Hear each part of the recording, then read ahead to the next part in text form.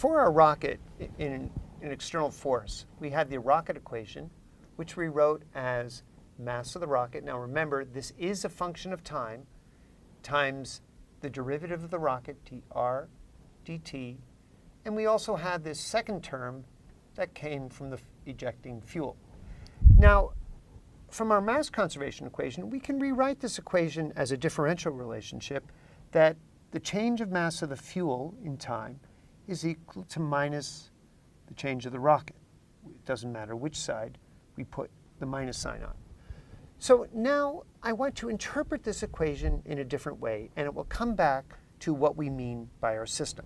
Let's first off bring this other term over to this side. So we have plus dmr dt u, and that's equal to mr dvr dt. Now, separately, let's make this substitution again and go back to our fuel term. So that's minus dmf dt u equals mr dvr dt. Now, notice that over here we have mass times the acceleration of the rocket.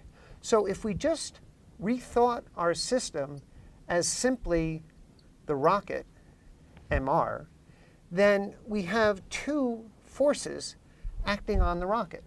The external force might be the gravitational field, but we have a new term here, which we're going to refer to as thrust. And so our thrust can be thought of as an external force simply on the rocket as a system. And that's equal to minus df dt u.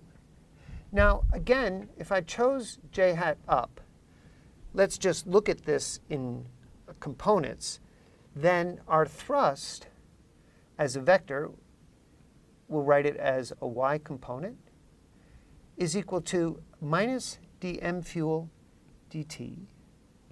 Now, what is that relative speed? Well, the fuel is being ejected backwards, so that's minus mu j hat. The external force, by the way, would be minus mg j hat if it's near the surface of the Earth. So we have another minus u j hat, and we see that we have a positive thrust force in the vertical direction that is giving us an additional force other than the gravitational field.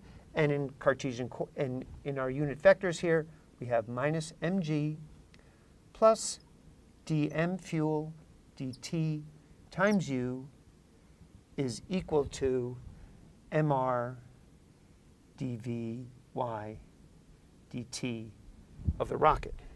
And so this is the rocket equation in components.